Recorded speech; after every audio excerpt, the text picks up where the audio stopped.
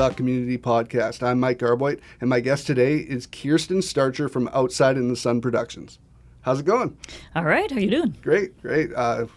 Happy to have you on the show today. You've been around the space, around the Fountainhead for a while now, and you also did a Link and Learn with us. Mm-hmm. So we've been wanting to get you on this podcast for a while now, and we finally got you. So tell us about yourself and tell us about Outside in the Sun Productions. All right. I am a web designer and developer, and I've been doing that pretty much as long as there has been a web. I started in the mid-'90s at a couple of companies in New York and came back to Canada in the early 2000s and started freelancing, and I've been doing variations on a theme of website design and development, maintenance, repair for as long as the web has existed, except for I took a little detour to play in a touring rock band for a couple of years, but I came back. I mean, that's very interesting. Like the touring rock band, what was the name of this band?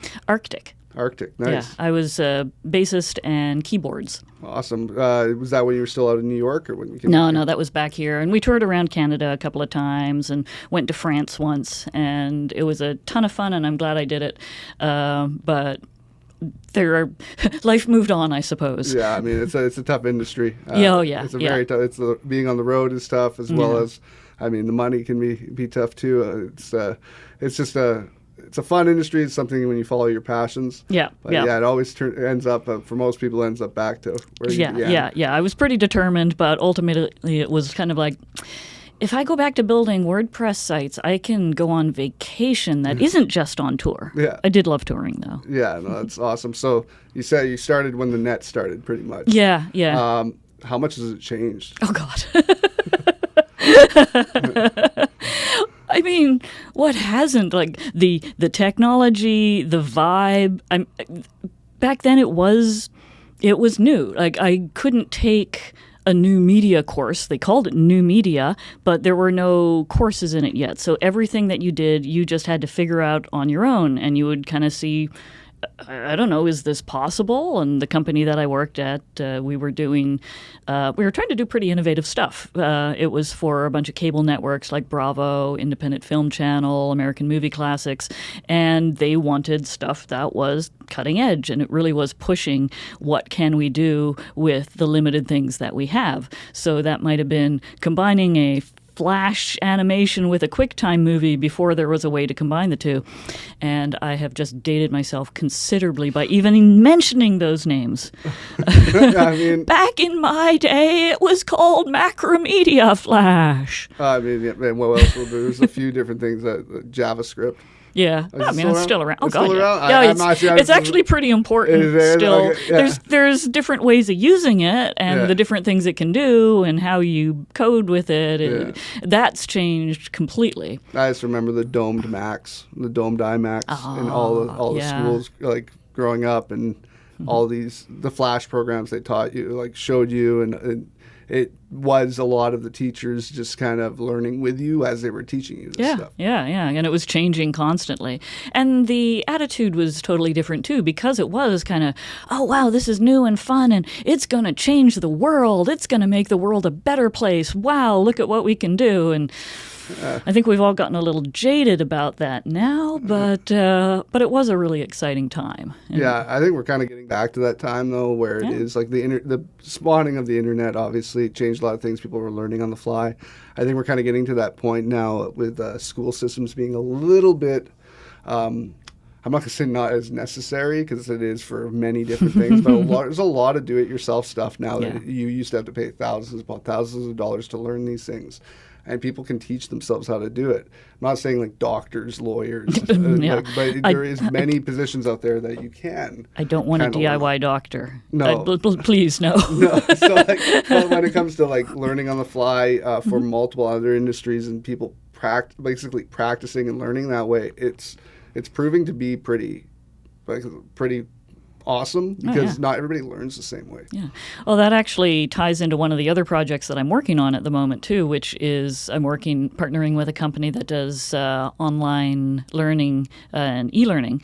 And some of that is a lot of the e-learning that you find online is it's built by people who are basing their method of teaching on what they learned in school. So it might be talking head or screenfuls of text, like a kind of death by PowerPoint type of stuff. And what we want to bring to e-learning is much more engaging and interactive and enjoyable, but without having a lot of extra fluff. So not interactivity just to make it bells and whistles shiny, but something that actually makes the experience improves your learning skills. So I'm new with this, and I've built a course on troubleshooting WordPress for non-technical people. Because I've been working with WordPress for about the past 15 years or so, and I've been freelancing for 23 years, and so my clients generally are not technical people. If they could build their own website, they wouldn't be reaching out to me. And I started looking at what is the difference between how do I solve problems, and what is it that is making someone freeze when an error comes up and say, they don't want to touch anything because they might break something. And I've been taking the time to try to write down what are my approaches and what are the methods that I'm using, and how do I perceive problems in technology in a way that makes it easier somehow. And how do I transfer that knowledge to someone who doesn't have 2 computer science degrees? Yeah, it's pretty difficult. Yeah, because a lot of it is stuff that is kind of you pick up by osmosis as you're working on these things. You learn how to break a problem down into smaller parts so that you're not just addressing my website is down.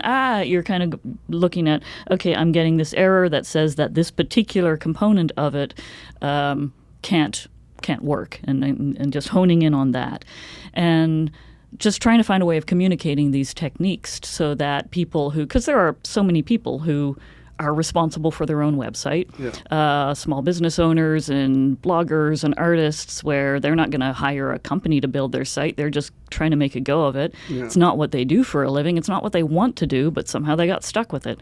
And so we know all about that here. I was like, well, I guess I do this now. Yeah. So it's kind of meant to help those people out and just give them not just like click here type of stuff, but how do you start bringing systemic thinking into working on your website? Yeah, we deal with a lot of small businesses here, so we see that a lot. But what the ultimate goal is for a lot of these businesses that we talk to, this community, we're very close knit. So that's always like one of the first things if you get to a point where you're looking to hire, and actually there's positions opening up, you have the cash flow to grow your business in that way. One of the first things owners will go to is people doing web development. Because that's a full-time gig, and that's what, especially nowadays with I think people learned that during COVID, is that if you didn't have an internet presence as a business, didn't matter what kind of business you were, you're gonna die. And you saw a lot of mom and pop shops that had their typical, let's say like a restaurant, they had their typical menu. That's all. That's the only way that they got their word out is through sending a menu to every time somebody ordered, and they relied on those people walking in that always walked in for years. As soon as people couldn't go eat there anymore, if they didn't have a web presence, it was sad. It's very so. Now, knowing how important it is, working with people like yourself is crucial for business owners. And for most business owners, their website is not what they want to do. They want to do what they're good at. They want to put all their focus into their passion, and the website is kind of getting in their way.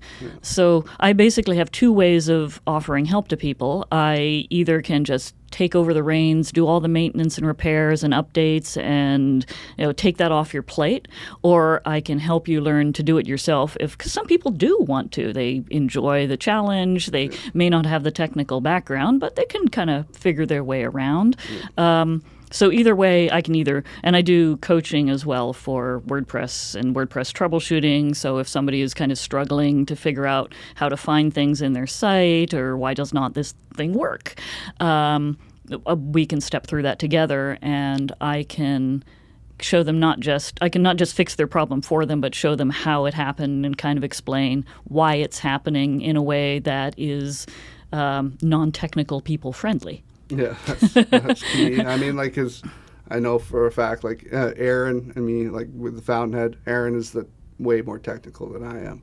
I'm creative, and when we work together, it's like you get that perfect balanced person, one where we can come up with the ideas and then make those ideas work. Yeah, and that's where you see, like, there's a lot of you have business owners and entrepreneurs that will be one or the other and don't have that piece of the puzzle to help them with that. Because when you take a creative and put a bunch of like basically building a website from scratch, let's say, that looks like, to some people, it looks like a language easily understood. For a creative, sometimes that just looks like something you'll never understand. It's a barrier. It's like, this is the thing getting in the way of my business. I could be focusing on my business, but I have to deal with this website. Yeah. It's like, well, that's what I'm here for. Yeah, I mean, you work with all different kinds of industries? Yeah. I tend to focus on kind of individuals and small to medium businesses because there is more personal connection. I mean, I certainly have worked with larger corporations and so on, but you're dealing with a lot more bureaucracy, a lot more people giving input, and things tend to get delayed a lot because there are so many people that need to be consulted. Yeah. And you don't always have a personal connection with the people who are actually making the decisions. But I like working with individuals where we can have the chat and we understand, because we're both running a small business, we understand sort of the circumstances and the challenges a little bit better, and there's usually more time for the creativity and for ideas to percolate, whereas a lot of larger firms are, looking for, very, very strict criteria and very tight deadlines, and I can do that. Yeah. But it's not what I love, and I like having the freedom to play a bit. And even if it's not me doing the design, I have frequently built sites with other designers, and we just did a couple of arts organizations in Vancouver last year, and the same team, and it was just a ton of fun. It just I do enjoy doing arts and artist sites. Yeah. It's not. There's just so much potential. Well, you have a music background. Yeah. So it's always comes to that. Like, for me personally, like when I went to school for music production, music theory, music business as well, like all these music courses, and then when I tried to make that work, and after a few years of trying to make music work and had bills to pay, it turned into, oh no, I have to get real work now.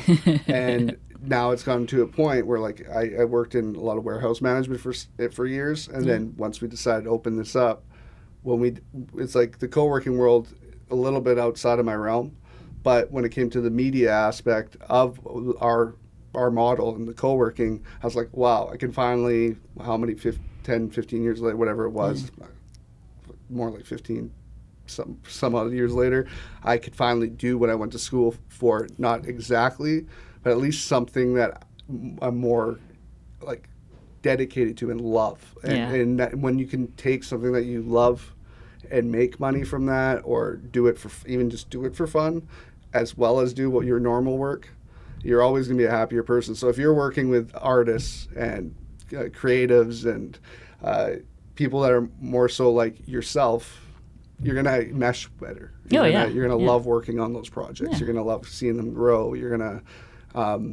if there's an opportunity to grow with them, even even more so, it's just something more fun. Because I'm looking at that content all day. Yeah. And so it is, even if don't always know all the details of what's going on in it, and sometimes I'm just popping things in place, or even just giving them a place to do it. I might not be adding the content, but it's that being immersed in it and learning things from it is also kind of fun. Yeah. When you work on a lot of diverse topics, then you find yourself learning really random things because you have such an assortment of clients. Like, oh, never thought I'd get into this or that. Yeah, and you could also work with industries that you never knew you had interest in until you work alongside these people. And I've seen it before where it becomes their niche. It becomes like I have friends that are web designers as well that didn't start out just working with one industry, but then they worked with a couple just by fluke, and then they've done so well with those that others come from those, and then all of a sudden you're creating a business just for that specific industry and what you do because you become interested in it. And it also becomes a little bit more, the word easy isn't the best to use, but it just becomes a little bit more like you're comfortable, you become an expertise in that industry and how to help them out. Yeah, and the word of mouth is quite strong then too. It's like everybody's like, oh, this is the person who does the music websites. And Yeah, so are you still playing music? I haven't been a lot lately. I keep waiting for inspiration again. I did release an EP about 7 or 8 years ago, but I didn't really promote it at all. I just kind of, I think I had burned myself out on promoting Arctic so much that when it came time to do my own stuff, I just kind of went, I don't have the oomph for this anymore. And so it has pretty much just sat around. I figure probably when it hits 10 years, I'll post the link to it again. I mean, it was good. I was really glad I did it.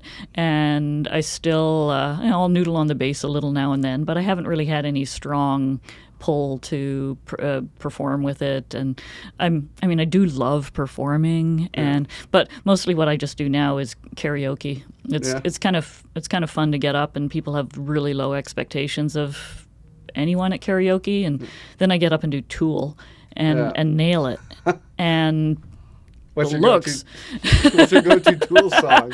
Oh, if I got time, The Pot is great. Yeah. But most people know Sober, so. Yeah. But, I also do a really mean Fiona Apple. I'm a huge Radiohead fan. That's really the whole reason I got into music, I'd say. It was just that, being driven by that inspiration.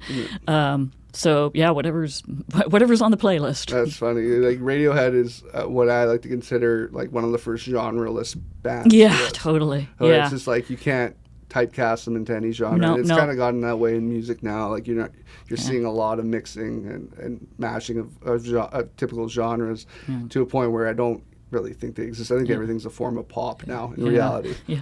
Except that most bands, even though they're mishmashing various things, they're usually sticking to the one mishmash, whereas Radiohead they do that for a little bit, and then they kind of wiggle out of that and do this for a little bit. And you can't quite pin them down in the same way. And then you'll get the fans that will complain that it's not like the last album. Oh, God, yeah. I am a big hip-hop head, and like you'll get a lot of that with hip-hop artists that when they get creative, hip-hop fans don't like that. They'll do a singing album or something, and then all of a sudden... they sold out. Well, like...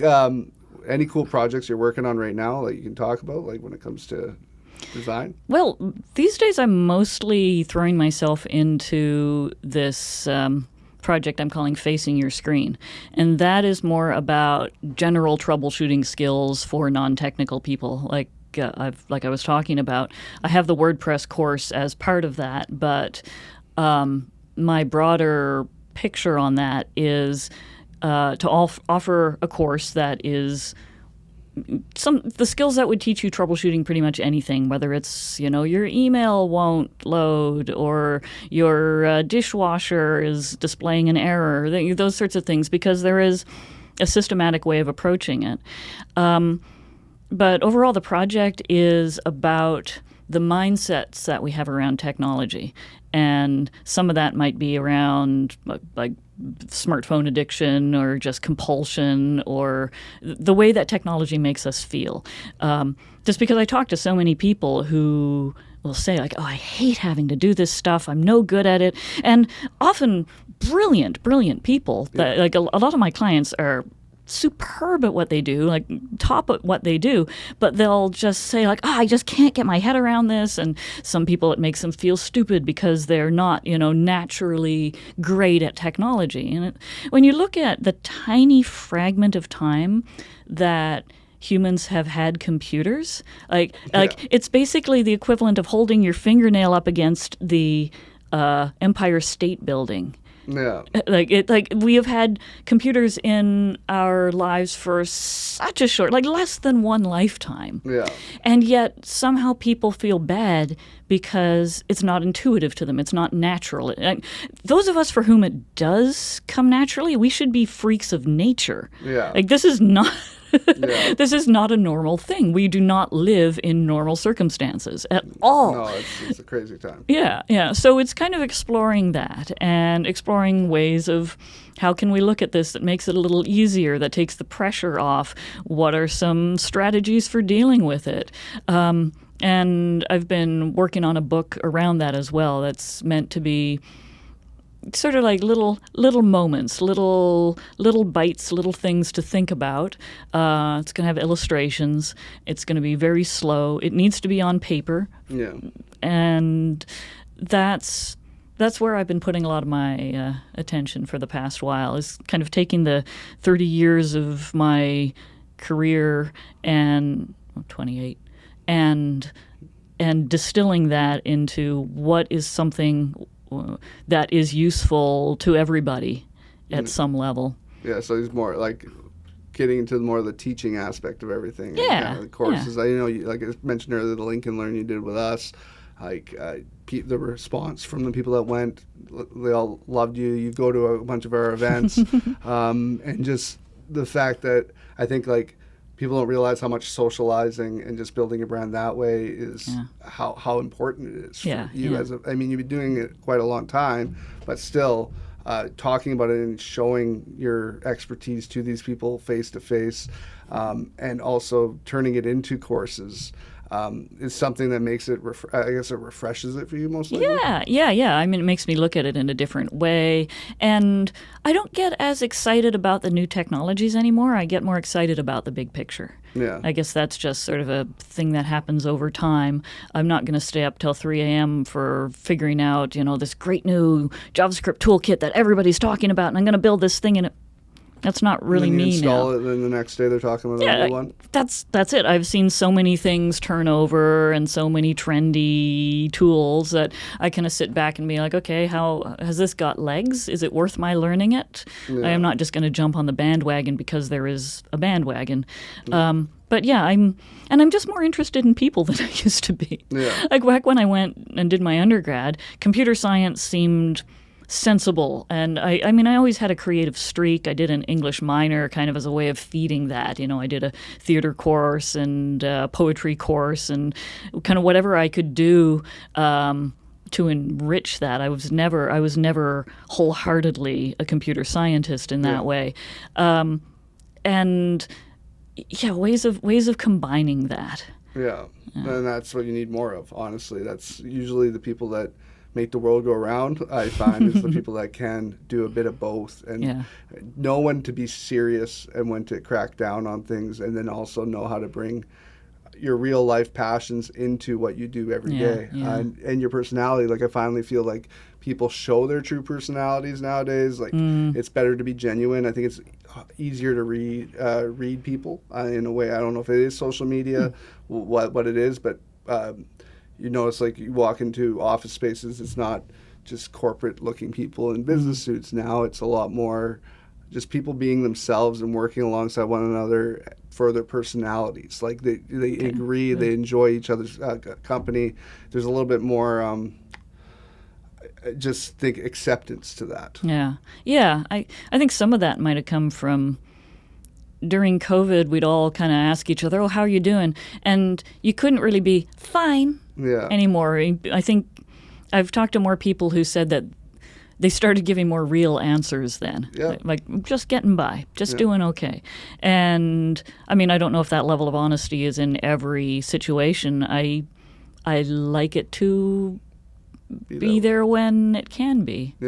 But yeah, I started, I guess as I've gotten older, I've just taken more of an interest in people and how the mind works. I've done a lot of meditation as well. I've gone on many retreats and spent a bunch of time in India, and I'm curious about how we think and why we think and what we think and how the mind works. And now if I was going to go back to, if I was going to start again, I would do something like cognitive science or psychology. Yeah. I'm interested in the nature of consciousness, that sort of thing. So in a way, this tying it all together now, where I'm more interested in the people side of technology, is the culmination of both those interests, of both the mindfulness and the tech. Like where is this tangly little bit in the middle? Yeah. What happens in there? We're at a very interesting time. It went socially, I think, especially with people. I personally think people, if they just like got down to the nitty gritty, realize that most people, you're way more alike than you are different. There's going to be things that people have differences of opinion on. Before COVID, those differences of opinion rarely actually affected friendships. Now it's to a point where it's kind of gone the opposite direction with social media the way it is, with constant phones, reading things the wrong way. I find that's the biggest, like you talk about learning psychology, I think that's the biggest thing. Like reading a text message wrong could ruin somebody's day. Oh, totally. Just the tone of it. Yeah. So I think it's an interesting time socially for people. So we have a social space. I like to call the Fountainhead like a real community. Like we have online communities. Really, what those communities are people that all have the same way of thinking, same way of doing, and then they find their people and they stay in that group, and that becomes the norm. And if you're anything other than this, that's not good. And you don't, and you're not required to interact with people that you don't necessarily agree with, and that's something that's changed. Before, if your neighbor had different political views than you, you'd just kind of be like, okay, well, I don't get it, but they do what they do. And now it's kind of like, well, I can't even talk to them. Did you see they put a sign up for such and such politician? Like, and then it's sort of blacklisted in a way. This persona non grata that you can't even try to bridge that gap. And I don't have an answer for that, and that's a whole separate other podcast. Yeah, that's where we need more people with psychology majors. And I mean, it's pretty obvious what social media has done to make that worse. Like people feed off of those sort of moments of getting charged up, of being shocked, of being angered, and we respond to that, and then we're just kind of constantly pushing the button to get more of that, because it makes you feel you're doing something, something's happening. Like, I just made an angry post and I feel virtuous now. Like, ooh. Yeah, no. And it's on record forever for the most part, unless you delete it. And it's even somebody still got it. Yeah. Yeah, it's. I think it's a very interesting time for technology. If we're going to go to use it for the good or the bad, because it's definitely at a time where, depending on who's running that technology, it's going to... And a lot of the people running it have really no interest in ensuring that it is being used for good. No. None.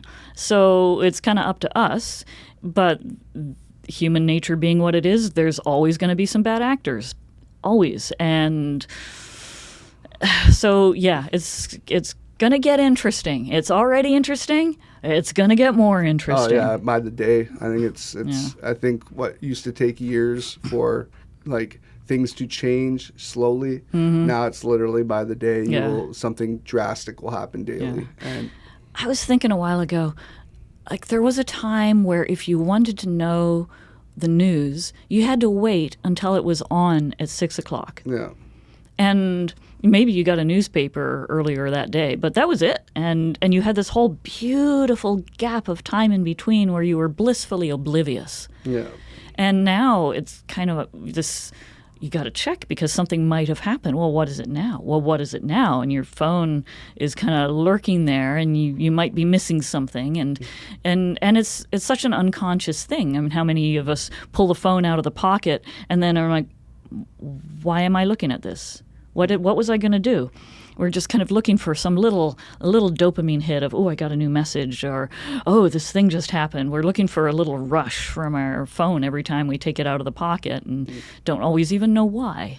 Yeah, it's bizarre. Yeah, like, do you want to see the news every 20 minutes? Or I don't is it the think you right do. news too? That's I mean, like, it depends on the publisher. Like, Yeah, you're gonna get the same story 10 different ways, and they use chop up sentences that don't allow the actual full story to come out. Yeah.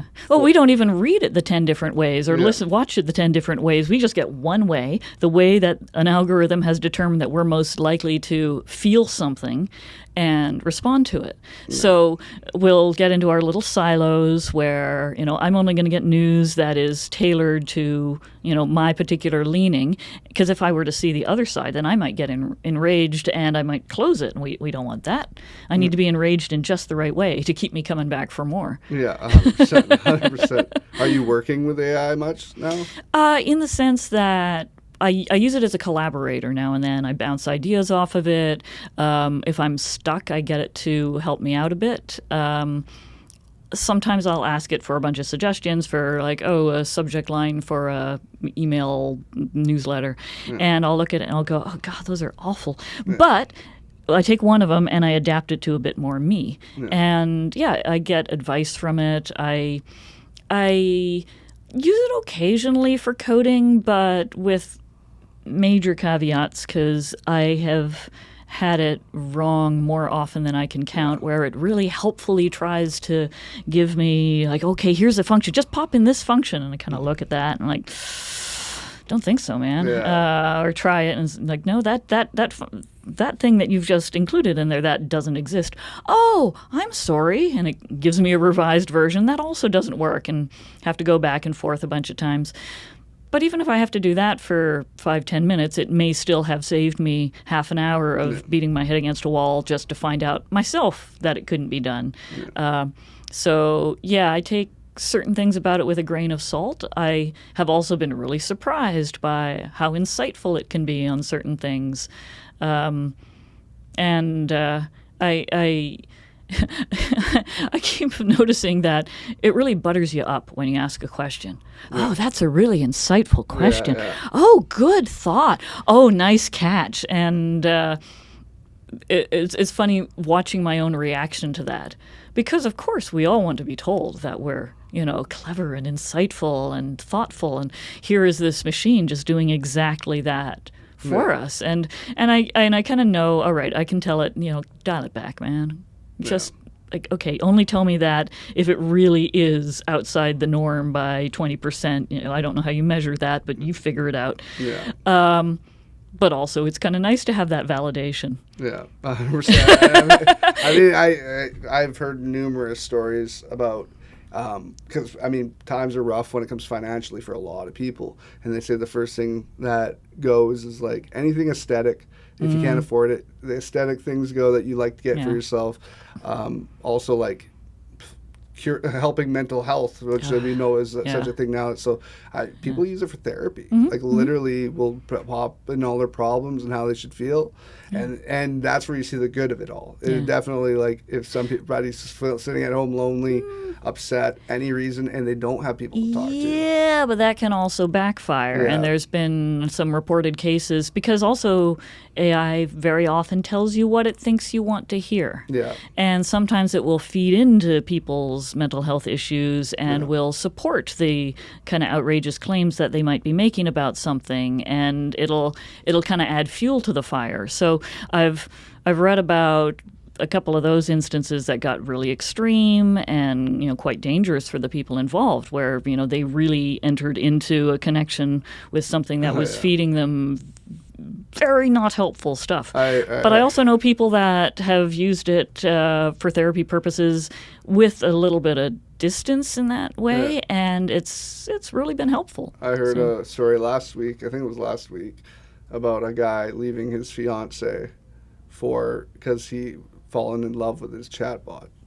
Because it was more supportive. Yeah, it's going to work out. Yeah, very much. Who's going to do the dishes now? Yeah. No, it's crazy. With AI, I feel like, let's say programmers, and I do have friends that are programmers that tell me, like, I can get your 8-hour job done in less than an hour, usually, if you work. But it's just if you publish that, if you do it properly and it's wrong, when you're employed by someone, oh yeah, that's where the issues can happen. It does happen, especially if you're being lazy with it. Because in reality, if you're a programmer and you're going to write code with it, you have to screen that code, and then it's going to take you almost as long as it would take just to do it yourself. I talked to somebody a while ago who had vibe coded a wait list for a medical clinic program just using AI, and he was so proud of himself. And I asked him, like, oh, so how are you ensuring the security of the data? And he got a little bit uncomfortable, and he hadn't really thought about it. It's like, okay, what about the privacy? Like, how is people's medical data and contact information being stored? And he didn't know. He had just done this for one clinic. It was, someone he knew. And it was like, oh, that is dangerous territory, man. Like, that's... you if you can't plug be in a doing bunch that. of data to like ChatGPT, and then all of a sudden ChatGPT is selling all that information to people, which, I mean, they can say they're not, but, I mean... so many people are. I mean, if you all these companies tell us they're not spying on us, and then if I talk about a company right now, if I open up Facebook in 2 minutes, I'm going to see that company's ad right away. And so it's like, this stuff is happening. And I don't think a lot of people realize that. Like, if you're taking documents and popping them in to break them down or whatever, that if it's like you're reading a document that's like confidential. Now it's not so confidential. Whoever that AI program is definitely storing it somewhere for anybody to ever ask a question similar to what you just asked. And things around medical data have super strict privacy and security requirements for good reason, and you can't just be playing with that. That's it. That's another thing we talk about with COVID now, where it's just like, when did medical, like, it is a serious thing, and data breaches on anything to do with people's medical history, huge. Let's keep it that way. Why is it this thing now where it's just like people need to know each other's medical history? It's bizarre. I think it's like that. It's that contradiction between like real life and this fake reality that we're living in now. It's bizarre. Where can people find out more about you? Obviously, courses that you're doing, as well as like find you on social media, website, everything. All right. Well, I'm all over the place. I have two main sites. The one for my web development and maintenance business is outsideinthesun.com, which I named the first year I was in Vancouver because I'd spent the summer just kind of running around doing whatever and realized, well, I guess I'm going to have to get down to business, and I wanted to think about being outside in the sun. Even though I burn easily, so I don't spend a lot of time there. So that's for, if you need help on your WordPress site, or you want somebody to take over the maintenance or rebuild it from scratch, whatever. And then the one that's more about the troubleshooting and the technology mindset and philosophy is facingyourscreen.com. Okay. And so I'm also on Threads and Instagram as Facing Your Screen, and both the businesses have Facebook pages, though I only kind of occasionally put stuff there. I'm more focused on the Threads and the Instagram. It's more fun. Yeah. And I have mailing lists on both sites, so sign up for one, sign up for both. That's awesome. I mean, like, you said you grew up in Canada? Was it Vancouver or was it? No, Newfoundland. I'm from St. John's. Oh wow. Yeah. How similar would you say the two are, and how different are they? Well, they both got an ocean. Yeah, and then very different otherwise. Yeah, it was a great place to grow up, and it was a good place to be. But it is quite, or it used to be quite isolated in a way. And I mean now, but I mean I left in 95, so to New York. Yeah. So from it was St. a bit John's... of a shock. The driving on the Long Island Expressway was terrifying at first. Yeah. But it was a good little trial by fire, that whole thing. How long were you in the States? 7 years. 7 years? Yeah, I did my master's there and then worked at a company there for a while. That's awesome. I mean, like, it's... New York is big. Like, you can come from Toronto and New York City is big. Yeah. I was mostly on Long Island, but and New York, one day it's just you're amazed to be there and you feel so alive and you're part of the center of the universe. And the next day you haven't slept well and everything's going wrong and it's just like beating the hell out of you. It's just sucks all your life away. So it's a city of extremes. But I always kind of was a West Coaster at heart. I feel like people gravitate to one side of the continent or the other, and I always felt more at home on the West Coast. And my parents had moved out here to BC years ago, so I'd come out to visit them and be like, oh, I could do this. Yeah, it's a really nice place to live. Expensive place to live. Very amazing place to live, though. I mean, like, I think once you've traveled the world a little bit and you come back, it's always like flying into Vancouver is something special. It's definitely. There's a reason why people pay what it costs to live here. Yeah. It may not be worth it for everybody, but you get a lot. You get a lot of quality life. Quality of life for what you're paying. Yeah, 100%. I feel like I learned a lot about you today. I had no idea about the music history and everything, which is always, I could talk about music for hours. I know, it's fun to hear about your background in that too. Like, oh, okay. Unfortunately, it's not my music podcast as much as I'd like to just do a music podcast. Well, somebody should interview you about it sometime. Have you been on the podcast? I've been on yet? Podcasts before, but not my own one. Wow. No, I might one day. Who knows? Like, the ultimate goal, I want to expand this podcast, have more hosts, everything. So maybe one day. There you go. Yeah. But yeah, it's I have an interesting background too. I obviously would love to talk about the fun things, not always business. So if we talked about a little bit of the music side of things today on this podcast, I'm happy to do it, as well as plug the business. But I just learning about that, I always love seeing the creative in people's lives. That's where I'm passionate about. So I wish we could talk more. You usually aim for about a half an hour on this podcast, so I think we're near that time now.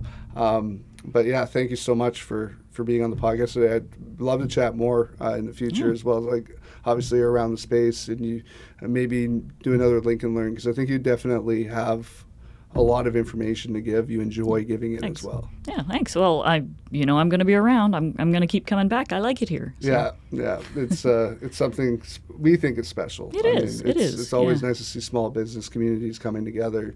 Yeah.